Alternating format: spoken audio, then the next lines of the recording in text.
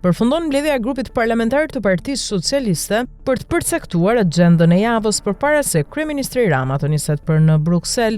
E pranishme në mbledhjen e grupit ishte edhe zëvendës kryeministra Belinda Balluku. Pas mbledhjes Rama doli me 3 konkluzione për vendimin e gjykatës kushtetuese që la në fuqi masën e pezullimit për ministren Belinda Balluku. Në deklaratën e tij Rama theksoi se funksionet kushtetuese të padelegueshme nga anëtarët e qeverisë deri te presidenti i Republikës nuk mund të pezullohen nga asnjë institucion mbi bazën e një emrit përveç. Sipas tij, pezullimi i një funksioni të tillë paralizon jo vetëm individin, por institucionin që ai drejton. Nuk mund të pezullohet funksioni, sepse paralizohet institucioni, u shpreh Rama, duke e konsideruar këtë çështje si një problem parimor kushtetues. Duke ju referuar edhe deklaratës publike të gjykatës kushtetuese, kryeministri tha se anëtarët e saj janë shfaqur unanim në identifikimin e problemit, por të ndarë sa i përket rrugëzgjidhjes. Në këtë kontekst, Rama njoftoi se grupi parlamentar socialist do të angazhohet për zgjidhjen e situatës përmes ndërhyrjes në legjislacion. Sipas Ramos, pala e vetme që përfiton nga rikthimi i pezullimit është SPAK-u, i cili në kushtet e pezullimit mund vijojë hetimet pas një pengesë. Ai shton se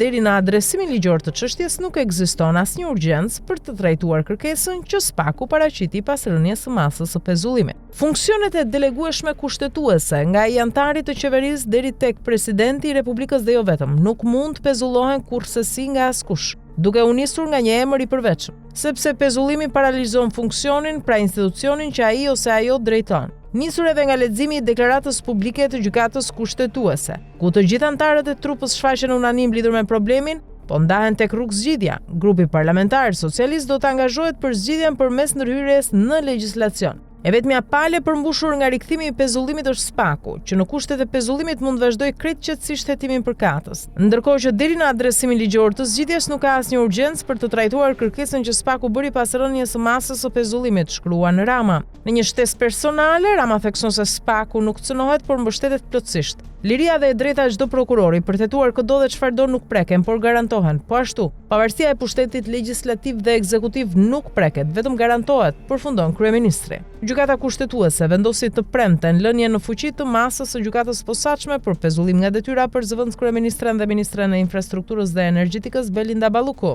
Ndërkohë, ditën e sotme në orën 14 Rama udhëton drejt Brukselit, ku do të takohet me presidentin e Këshillit Evropian Antonio Costa.